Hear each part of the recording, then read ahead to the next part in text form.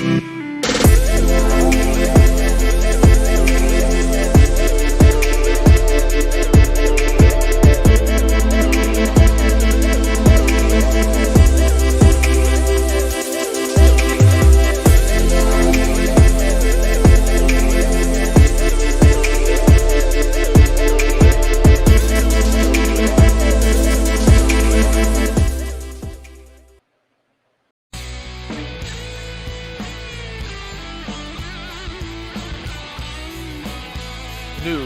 current events, politics, and everything in between. This is your number one source for finding out the truth. Never censored, never apologetic, and always patriotic. You're tuned in to the Patriot Perspective with the people's proud patriot, Alan Lee.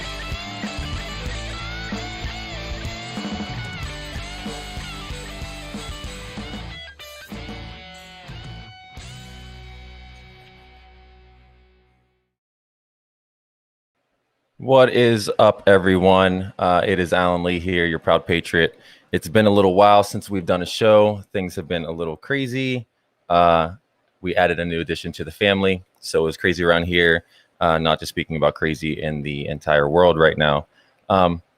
There's a lot of things I want to talk about on the show, but this show right here, we're just going to kind of make it its own segment, dealing with the whole vaccine and masks in schools. I know, if you have children at all, then you're fully aware, and if you don't, and you're watching the show, then I'm sure you know as well that there's all these different types of mandates that are coming out,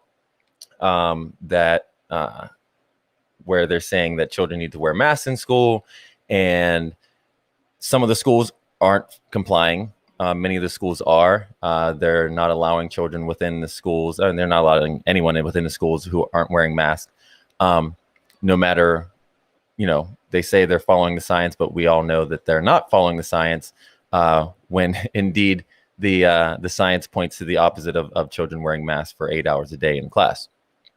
So dealing with a lot of that, then now they're doing, they're pushing the vaccines on everyone else who's older than these elementary kids and high school kids ages.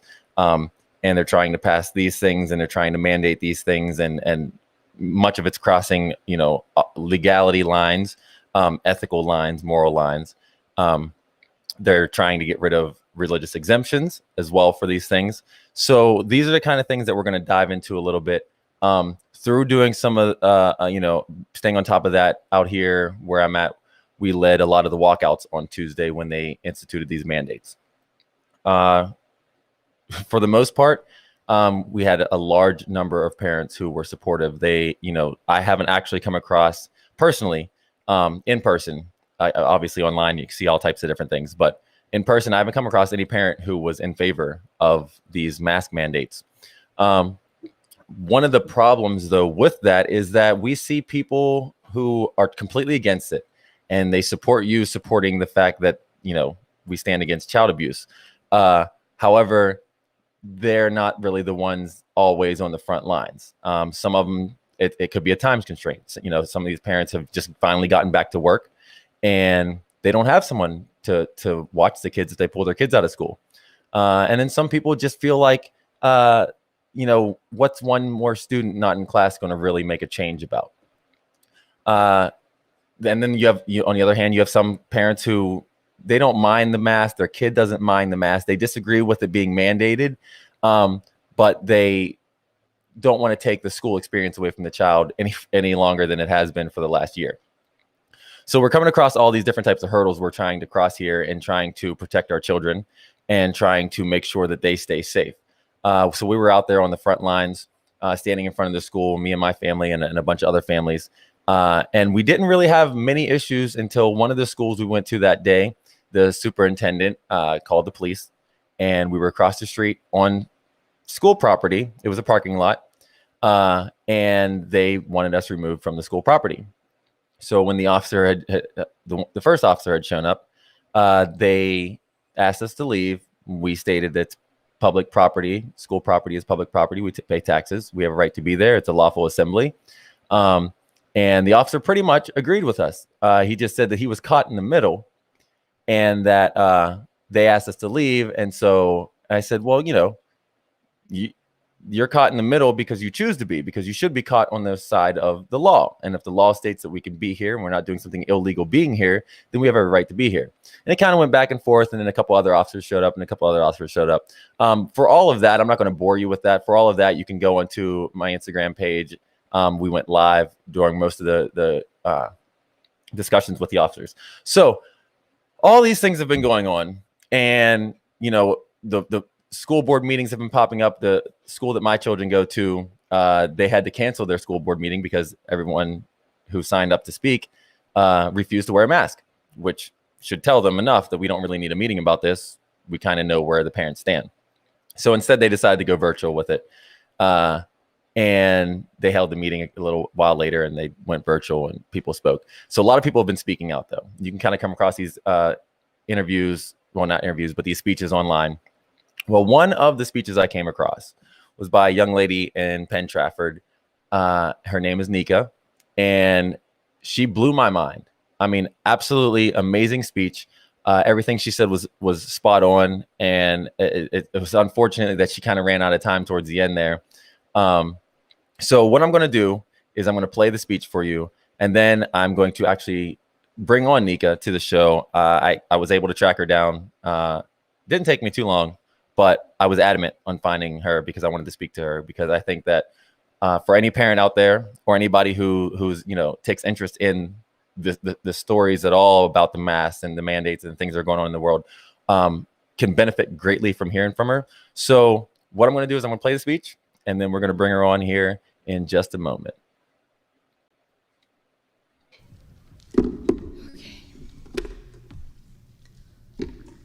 Nika Kendall, Mount Manor Road. I had the pleasure of meeting with Mr. Ingles today. Thank you again for clearing up a number of my questions and even for your failed attempt at alleviating my many concerns. As you're all aware, or should be aware, my son is on his 5th consecutive day absent from school due to your direct denial of entry to his public education facility based on your interpretation of a mandate. A mandate that does not, however, state that any medical documentation is necessary, let alone a doctor's signature to the effect is required to exempt my child from wearing a mask. Mask being the term I will be using to define the abusive medical apparatus which has been scientifically and medically proven to inhibit oxygen intake that is being required by you for my child to gain access to the educational approach in which he thrives. Because let me be very clear to everyone who is listening that you are still deceiving. It is absolutely the school board's decision to implement the 504 recommendation. Please stop saying their hands are tied. And if you really do believe that, please stop acting like it's an excuse for continuing to abuse children and ignore their constituents. Today, Mr. Ingles asked me if I would be willing to lose my job over this if I were in his position. I could not more sincerely or fiercely look into his eyes and say, yes. Yes, I would lose my life if it meant my child would be safe, if it meant his children would be safe. I would never, ever prioritize professional preferment or financial gain or security over the life of a child, especially one whose protection I'd been charged with. I'm not here to speak for my child, as he has decided to do that himself. I'm here to speak for the thousands, yeah, we remember the survey, of parents who are still too afraid to tell you what they really think. I've heard testimony after testimony from students, staff, and parents describing the current state of misdirection the district is liable for. I'm sure I don't have to explain liability to you, considering it's the term you're employing and hiding behind. Who is liable for the death threats that students in your district are receiving from their peers? For the students who have been subject to segregation, harassment, and retaliation in response to your interpretation of this mandate? Can anyone confirm that students who are forced to wear a face shield or be maskless are being isolated from their peers in a classroom? Who is liable for the children whom suffer a medical condition from extended and unnecessary use of a face covering? Who is liable for the long-term effects surrounding the psychological impacts this will have on their children of the generation and every generation after? Let me clue you in. The DOH has left so much room for interpretation on their mandate purposefully. They've made you the gatekeepers, bearers, interpreters, and enforcers. Are you getting it? You will be held liable. That isn't to scare you into submission, though I know that's a working tactic. This is your notice. If you have been made aware and are in possession of all materials pertaining to the lack of mask efficacy and emphasis on pursuant injury, you are now liable for any damages incurred by parties in which you govern. You sure have awakened a sleeping, scared, previously compliant group of strong, brave, fed-up parents. I should mention this is only the beginning. When we first came to you to provide you with facts and to respectfully request that make the right decision on what the overlords would like us to believe is a controversial topic. You ruled in favor based on a democratic process and what I truly believe you knew was right. The parents of PT were once again bragging about their district. We boasted last year to the other districts about how we hardly ever closed, and when we were forced to, the school financed and executed a state-of-the-art, interactive, all-inclusive, and flexible online learning program. It wasn't perfect, but you guys tried, and we commended you for that. Now you look in my face on the same day that I'm to speak of how you betrayed your community and tell me that Penn-Trafford is for unmasking the children while simultaneously admitting the 504 is your choice. When did you guys stop trying? While I have your attention, I've received some other bad news regarding your upcoming legal situations outside of liability you've accepted for any child injured while wearing a mask. You are currently in violation of the First Amendment, in which children are being denied their constitutional right to breathe clean air. This includes without inhibition, as well as a parental authority choice protected under the 9th Amendment. I hope I don't need to remind you that you swore an oath of office to uphold our rights under the U.S. and Commonwealth of Pennsylvania constitutions. I feel bad that your solicitor may have failed to inform you that we, the people, may remove you from your very seats for this violation in itself. But if that's not enough, I'd encourage you to ask your solicitor about 42 U.S. Code Section 1983, where every person who under color of statute, regulation, etc., subjects or causes to be subjected any citizen of the United States or other person within the jurisdiction thereof to the deprivation of any rights, privileges, or immunities secured by the Constitution and laws shall be liable to the party injured in an action at lawsuit, suit in equity, or other proper proceeding for redress. I want you to know that there is a term for people that accept funds for complying with an unconstitutional order. The term is useful idiots, and I want you to find out how well it worked for those people in Soviet Russia. At this point, we're ready to forgive and forget, to be on your side in the very slim chance event that you would be reported on, charged with, and prosecuted for following the 504 recommendation. We are the majority, and we will fight for and beside you if you end this now. Or you can go with the 30% who claim to be so afraid of a virus that they request the covering of our babies' breathing holes without one shred of independent research on the efficacy of masks, impossibility of virus mitigation, or the statistics on how COVID affects the majority of children and how unlikely they are to transmit, just so they can send their kids into a germ-filled facility. In other words, on your own. Okay, ma'am, I'm sorry, your 5 minutes are up.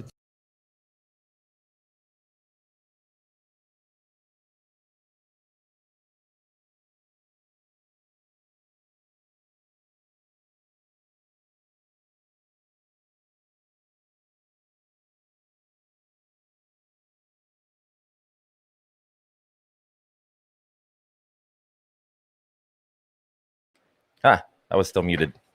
So anyway, as I was saying to myself, that speech was absolutely amazing. There is another one out there that went viral, and it's like the speech that's heard around the world, and it's going to be available later on my YouTube page. I wasn't able to get a good clean copy of it. A lot of people were just kind of using their phones off of YouTube and copying it and sharing it, and the audio is a little messed up with it. So I wanted to make sure I put something better up there for you guys. I'm going to make sure that is on our YouTube page later over the weekend so you guys can hear that. But not to delay any further, let's go ahead and bring Nika on the show.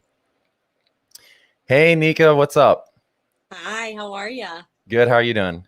Oh, very well, thanks. That was I haven't actually watched that one again yet. That was aggressive. Yeah, so that one, and obviously, I saw the first one that completely went viral and blew my mind. I mean, they both blow my mind.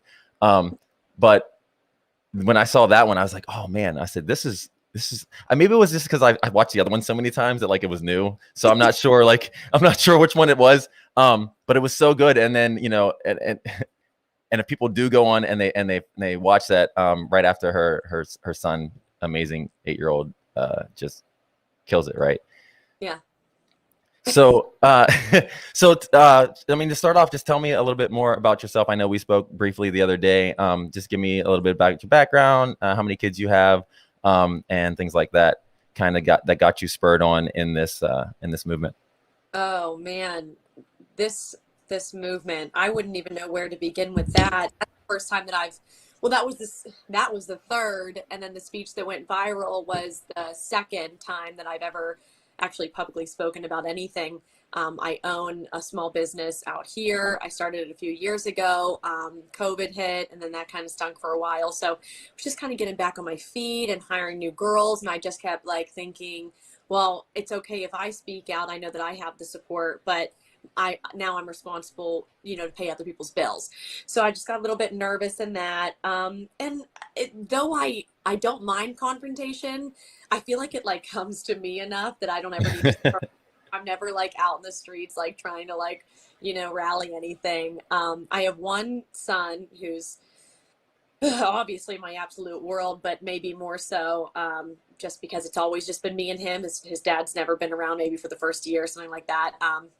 So he's just always been like, I don't know, I just always felt, I remembered when he was born, and this is so corny, but I didn't want him at all. And I was like in the hospital still like, oh my gosh, should I give this baby up for adoption? You know what I mean? Like literally to the day, I still didn't know what to do. And then I had an emergency C-section, a placental abruption, and they take him out, and that he was struggling to breathe. And the first time I heard him cry was the first, like, this instinct kicked in, and then my first thought was, I will do anything to protect you. It was like a my head. And so I feel like that's where all of this, I don't know, whatever it is, comes from. So like I said, I mean, that's really about it. I just, of course, I started on the whole truth movement, freedom movement, whatever we're referring to it nowadays, about what right after he was born with vaccines, actually. And I'm not sure what the opinion of your viewers are, but my son is not vaccinated and never will be. I was lucky to be able to get the research in before he was born. So so lucky. Yeah, I mean, I stand right with you for that. My son, I've 4 stepchildren, and then my newest one, 7 months old now. Sorry. So he's not vaccinated at all. And we didn't really get too much pushback at the hospitals for it. Kind of just every visit, the same question: have you changed your mind yet? Okay, well, here's another piece of paper if you want it. And then the more I try and educate them on something, that they kind of just skip to the next topic. But they told me that my baby was going to die directly to my face. So wow. I don't want to. If he doesn't need to go to the doctor, he's not going to go. And he never needs to go to the doctor. So So you had this whole kind of like awakening moment, just having him, where you went through am I going to give him up for adoption, and then the moment happened, and it's been this all about protecting him and giving him the best life you can. And so this for you, so just so we can set the tone here, because I know that you'll hear all types of things from everywhere.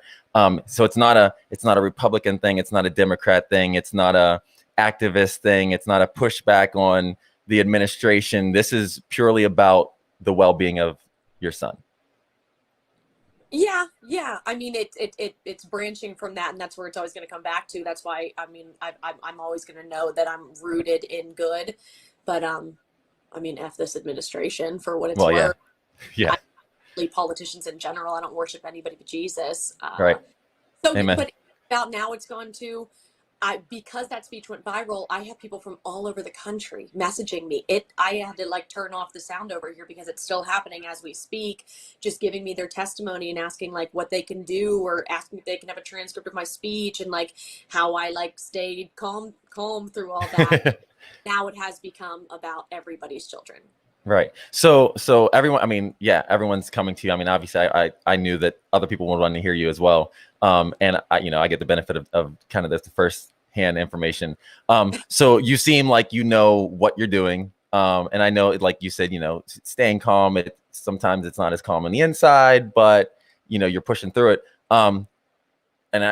So this is or isn't your first go round at activism? First time. Yes. So this was the, your child's safety was the catalyst to, I need to act and amongst all the crazy things that have happened in the world, where, I mean, anybody with any kind of opinion in general had a million reasons to get involved in something over the last 4 years. And it really came down to when they started messing with your child. That's right. All right. So how, explain for me and for the viewers how that process happened. Like, where was it that you knew that you couldn't sit there any longer and do something, and kind of just go through that whole mindset you had? That's a good question. Last year, when we didn't have any data whatsoever, and that's why I don't excuse myself for this, because other people who knew a little bit better, that were very close to me, were telling me, and I should have taken their advice initially, but I was scared in the beginning, and the data wasn't out, and then there was all kinds of like, I don't know, opinions and facts, and they were ever changing, going back and forth all the time. So whenever the schools were allowed to be opened and they wanted the masks, I put him in a face shield because the mask never made him comfortable. So he did the face shield thing, and that was just kind of like what we did last year. And this year, then the summer happened, and we knew better. 2 summers had passed. And when school was starting again, nobody had been wearing masks anymore. Remember, not in grocery stores, anything. So like now I've told my son, like, I think we're back to normalcy. Like, I never really trusted them. I've always known the vaccine mandates were coming down, but I was like, I think that they might leave us alone for like another year. Like, let's just get this in. So I heard that they were ruling on masks, and I can't even remember where I heard this from, before the school year. So they sent out a parent survey. I answered it. Someone had invited me to the school board meeting. I feel like it was my girlfriend, Jess. And she was like, yeah, come. And I don't even remember like writing the speech, to be honest. I'm so busy. And I had actually written half of it here on the computer right before I left. And then the other half, I did it on my phone while I was sitting in the auditorium. So that's just kind of where it came. And I got so many people, my clients, that I was so afraid of like disappointing. They all text me like, oh my gosh, we feel the same exact way. Thank you so much for speaking up. That's awesome. That's when I got like okay, I'm not going to lose clients. I did lose one, but then I got like, I think 12 more now just in the last couple of weeks. It's like crazy. So the girls are happy. We're happy. But where the first time it came from, I don't know. Honestly, it's a blur. Yeah. I mean, the last couple of years have been a blur. Especially over this whole, like I've been being involved in it and everything. I've kind of seen things happening, but yeah, when everything first dropped, and it was like February, March, when they were really like, I think you should wear masks. I don't know how I would classify myself, but I immediately was like, I'm not wearing a mask because we don't even know what it is, which is like the opposite of what everybody else said, right? They're like, we don't know what it is. Maybe we should wear a mask.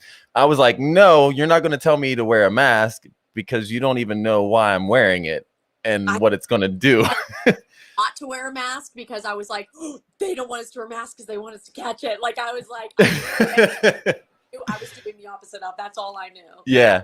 And it's because at first I was working and everything with doing home construction, and that's lumber prices were down and people were fine with you being in their houses, and my mom was like, maybe you should wear a mask because I don't know what's really going on. We don't really know what's out there. And I'm like, no, I'm not doing it because of the people who are saying to do it. I'm not doing it.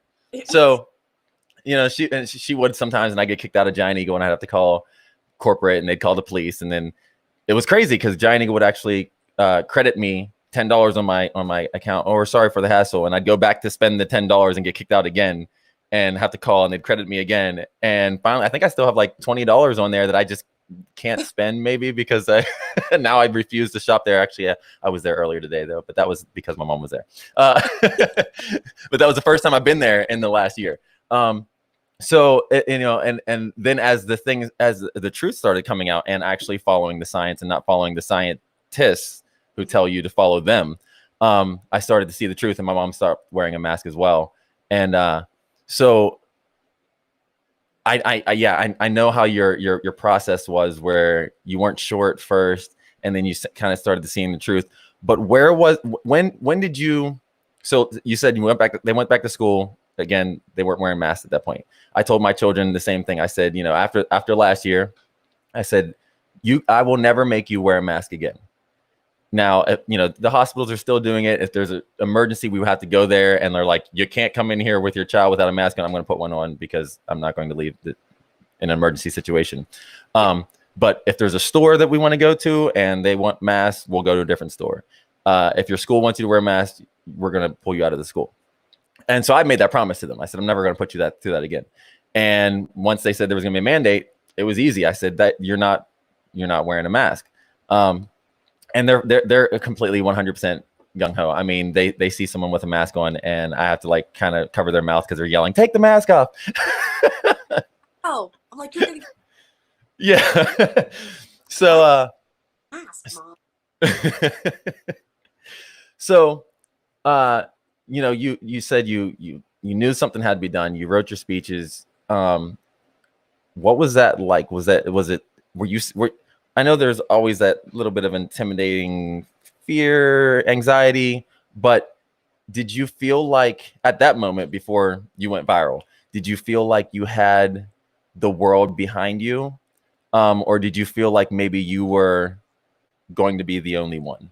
No, I knew the worst thing that the school did was put out the surveys all across Westmoreland County. All the districts did it, and every single district voted it in Westmoreland County anyway. Allegheny Yeah. County story, but they Yeah. all masks optional. So that is whenever I knew that we were the absolute majority. It wasn't even close. Right. Right. So, because I know that, and I think, we spoke about it earlier, that we come across people who are kind of waiting for someone else to step up, or they don't know what they can do themselves. And the data's there. I mean, the people agree with us. Yeah. And they're like, oh, well, we need the numbers. And I'm like, well, we have the numbers.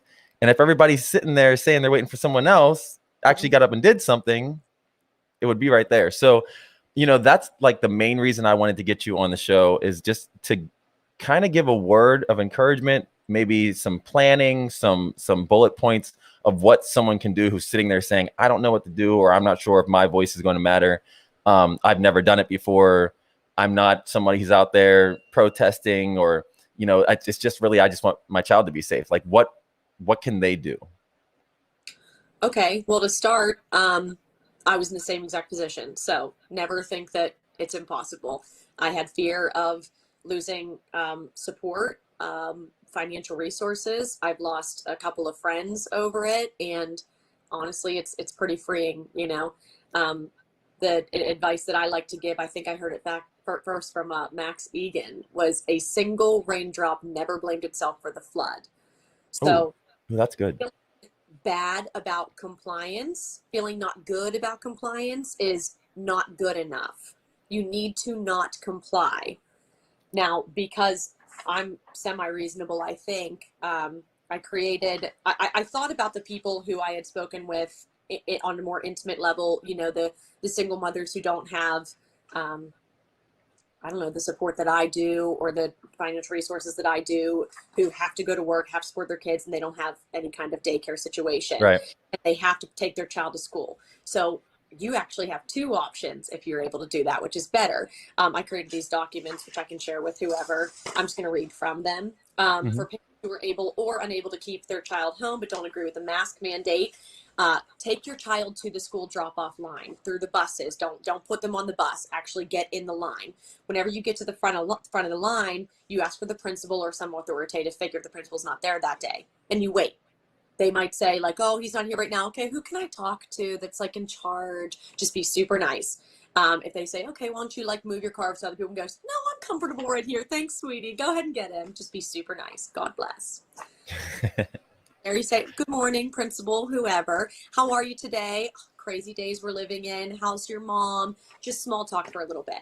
Then get into the mask mandate. Just ask whatever questions. Do you know when the school board might reverse this decision? Like, did you guys get any like mask packs? Because I still haven't really found out whether they're like effective or not. Like, just because one entity says they are, but like little Johnny's having headaches and just concerned. What kind of mask packs can you provide to me? Keep them there as long as possible. Then eventually they're going to make you leave. But by this time, you can do like a 3 to 5 minute conversation, and then you get 3 of your friends to do it, and they each get 3 of their friends to do it, and they get 2 of their friends to do it. Every time 3 minutes is delayed, people are honking their horns. The principal's getting ticked off. Do it every single day and act like you don't even know that you're being a burden. Just like, oh my goodness, how that horn honking. People are so crazy nowadays. Am I right? So like, just to jump in there real quick. So is that something that you did multiple days in a row? Are you still doing that? Every day. So what's it like when they see you? Now that they know what's going, like they know you're there, they know that we asked these questions. They hate me. The last time the principal, are you recording me, Miss Kendall? And I was like, no, silly. I will always let you know when I'm going to record you. Don't be crazy, Standoffish. The teachers like know who I am, and 85% of the teachers in our district they'll be like, You know what I mean? And then there's a couple of them that are like, just wear the mask. So like, I don't even listen to the ogres. I'm always looking at the people with their thumbs up, like behind the principal, you know, and it's very standoffish. He used to like lean on the car. Hey, how are you? Now it's, you know what I mean? And just, like real aggressive, like looks like he's about to cry, but I Yeah. don't, sorry, am I disrupting your day? Why don't you, and I always bring my son with me. You want to talk about how his day's been disrupted his entire year because of your interpretation of a mandate? Let's talk about lack of patience or disruption, you know? So Right. I'm, like I said, I keep my cool about it. I'm never like cussing. I'm never screaming. I'm always have a big smile on my face. That's Um, awesome.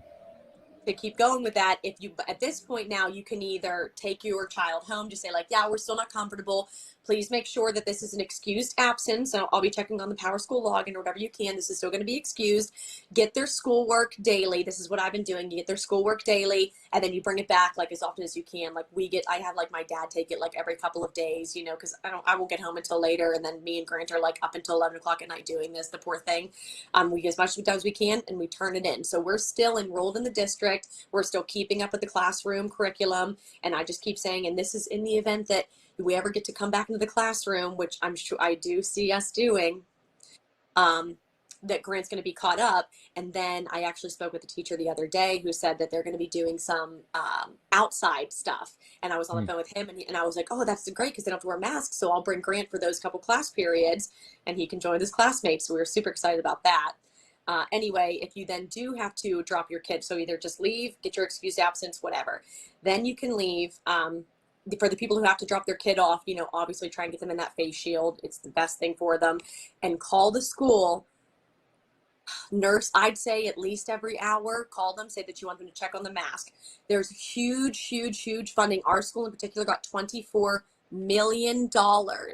And one of our schools, like right down the road, got 1 million. So that just goes to show you, like, we're in a very rich district. Yeah. $24 million. And they said that a big chunk of it went to PPE. So when I asked specifically, he goes, oh, you know, the masks. And I go, okay, $8 for a pack of 30, keep going. And he goes, well, you know, hand washing. And I'm like, are you having the ESSER funds pay for your water bill too? He just sits back, he's like, well, I don't know. And they said the Chromebooks, which by the way, the kids have been getting for at least 5 years. So I was like, so use the ESSER funding on that. And he was like, yeah, we're allowed. And I was like, okay, so what did you do with the money that was already allocated to the Chromebooks without that funding? Is that just sitting in a bank account somewhere? Or are you like driving around in a Maserati? Like, where's that? And he had no answers for that. So I actually put in a right to know to find, I asked for a specific audit of all the ESSER funding and all the COVID-19 funding, every single thing went. Anyway, because they act like these masks are so expensive, this PPE is so expensive, make them provide the mask to your child. Do not buy them one. Do not put that burden on you. You don't have to be washing masks. The school can provide them. And every single hour you call and you say, hey, I'm going to need you to change Susie's mask again. And can you actually go do that right now? And I'll wait on hold. And please check for any redness, any mask acne. Does she have any chapped lips? Okay, great. So go ahead and put that dry mask on her. And can you ask her if she's having any headaches or shortness of breath? Oh, okay, thank you. And you wait on hold. She'll say, I'll just call you back. No, wait on hold. Take up their time. This is what every parent needs to be doing every hour, putting the lines, totally jamming them up. And then she'll come back and she'll say, okay, the mask has changed, but everything's fine. And then how many kids in our school have tested positive for COVID-19 today? And be super nice about, just wonder about the stats. She won't know. How many kids are in quarantine? She won't know. How many kids have been hospitalized? She won't know. And how many kids have died from COVID-19 in our school today? She should know that it's 0, obviously. But then whenever you call back in an hour, you say, hey, I just wanted you to change that mask again. And could you please check on those stats for me again? The whole thing is to jam up their day, disrupt the bus line, and then jam up the day. And I know that this sounds like aggressive, but I don't know another way other than to just be the concerned parent that you should be. And if you have to put your kid in a mask, this isn't like unreasonable. You should be calling and checking up on them. They should be providing the masks. They should be changing them every single hour. It's the only way to keep your kid protected while they can't breathe all day. Right. I mean, if the mask is going to do anything, and I don't think anyone out there is saying that spit particles to some extent don't get blocked by a mask. It does something. Is it the answer is, and certainly not for a child for 8 hours. It's certainly not the answer. But I, you know, a lot of times you'll just hear people who are for the mask and talking to someone who's against the mask. They're just like, oh, you just don't think that it does protect you. Well, okay, it does something. But the thing is first of all, it should be your choice to put it on a child or not. Second of all, 8 hours is longer than a doctor in an emergency surgery wears one.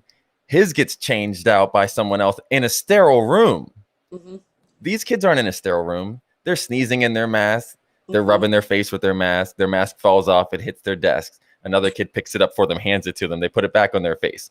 And these are only the disposable ones, which I know a lot of kids are taking home and bringing back, and they're supposed to be thrown away as those are, let alone the ones that are made out of their T-shirt that they cut up.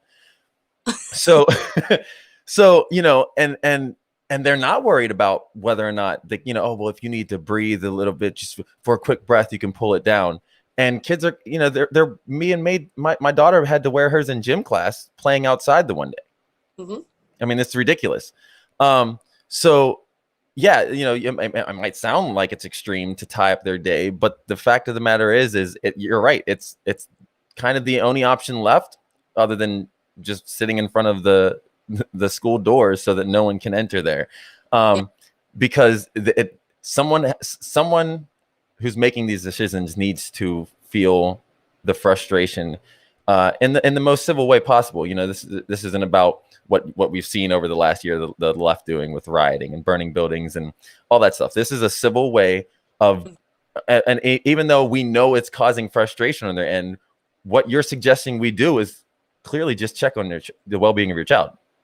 That's all you want to know.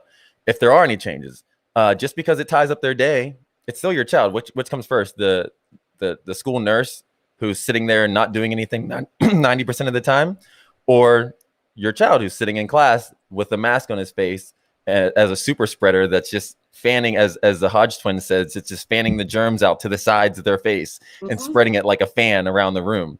Yeah, I mean, all those ideas are absolutely amazing. And as I'm watching this play out in my head, because I haven't done it, but as you describe it, I'm seeing the whole picture of it.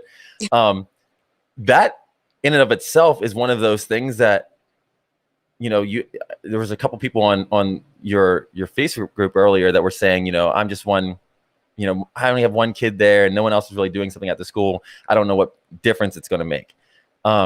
That one parent doing that can make a huge difference, let alone if you had 20 of them at the same school doing the same thing. But, you know, I can see someone says, I take my kid out of school. It's only one kid leaving the school's not even going to miss it. But if the kid has to be there and you're doing that, that actually is going to be something that is going to be talked about by all the staff, every time they go to a board meeting, they're gonna be like, we have to do something about this.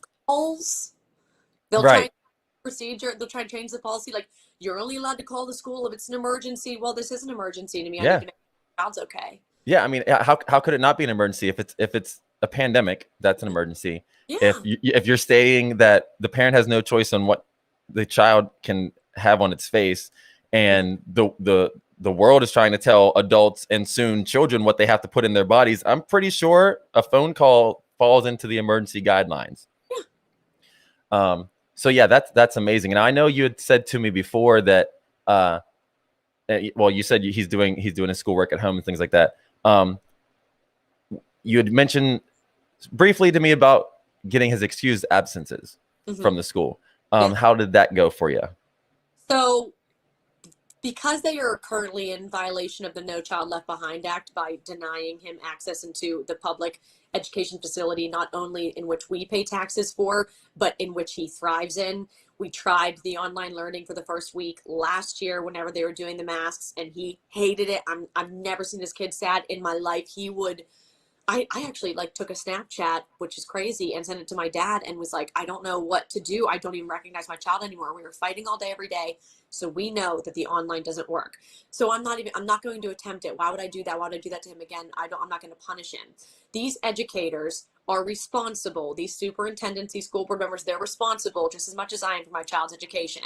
And so they know that I don't think they want to mess with me too much. And these absences are all excused. I've made that very clear every single day until we find something that fits him.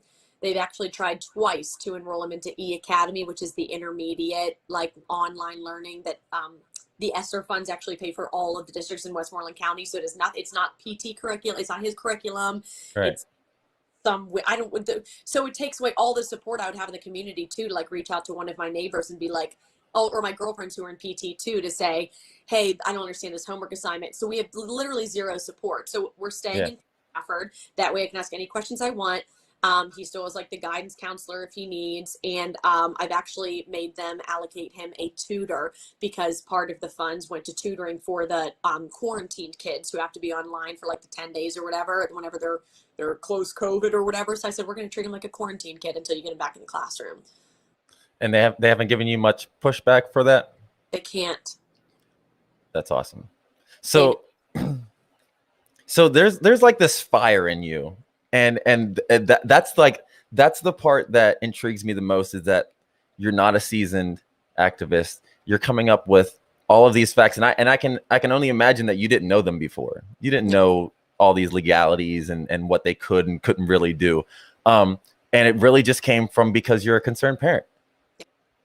And so that just, I think it kind of means more.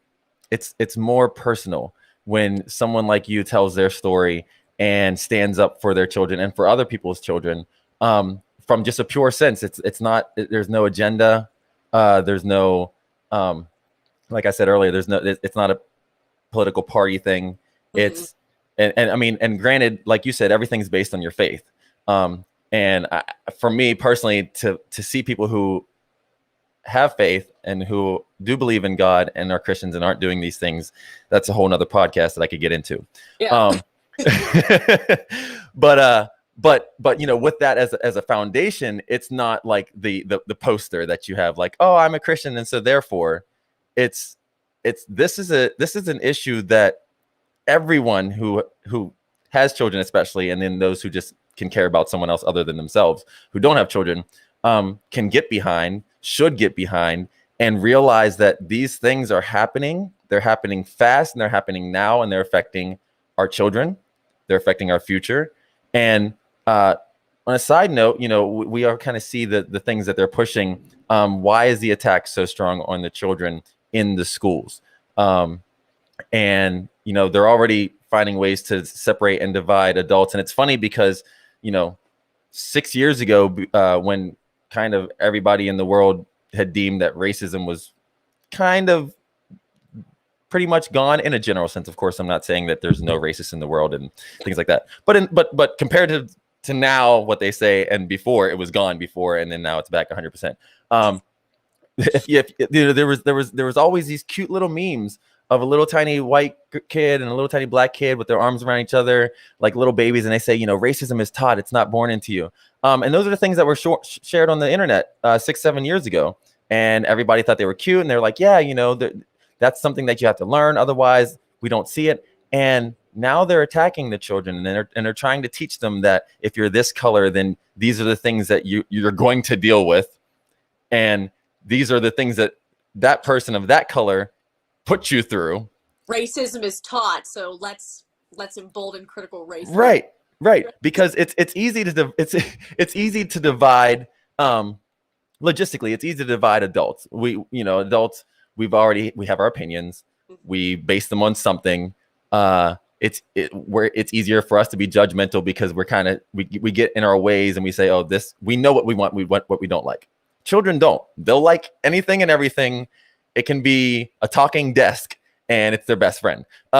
So who do they need to get to? They already have a way to divide adults, whether it's working classes, race, religion. They find a way to try and wedge something in between adults. Children were the untouched ones who we used to look at as how we wanted to be as adults still. And so I think we might have promoted that too much, and they caught on, and they said, now we have to go over to the children. And they're going full force at it. So I from the bottom of my heart, I want to thank you for what you're doing. It's amazing the work you're doing. Keep it up. You sent me some of those forms. I'm going to get those up on the website as well. If you just want to tell some people, I know you're blowing up over things, but you do have some like public forums and things like that. So if you want to tell some people how to get in touch with you, or at least how to get in your circle, go ahead and do that. Yeah, well, I just wanted to point out real quick that to your point with the children, they're using the children as pawns because they think that you won't use them in the fight.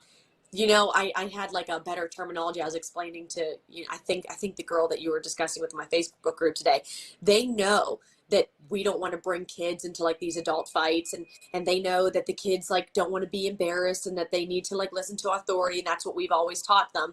And so beat them at their own game. My child spoke at that school board meeting, and I had about 15 text messages, and I don't know whether they're going to fall through or not, but all my clients and girlfriends were like, you made my child want to speak at the next meeting. Like, Grant was such an inspiration. They think that they can use their kids, our children, as pawns. Well, our kids are about to be warriors, so use them. Yes. I don't have any kind of like, I don't use Twitter or anything. I'm like actually really bad with technology, and I don't really know how to use social media. The only reason I still had it was because of my business. It was like the best way to communicate within the community. Yeah. But I'm Nika Kendall, Nika Kendall on Facebook, and I'm pretty sure Instagram too. So just, you can send me a direct message. I've been receiving a ton, but I weed through them like slowly every day. All right.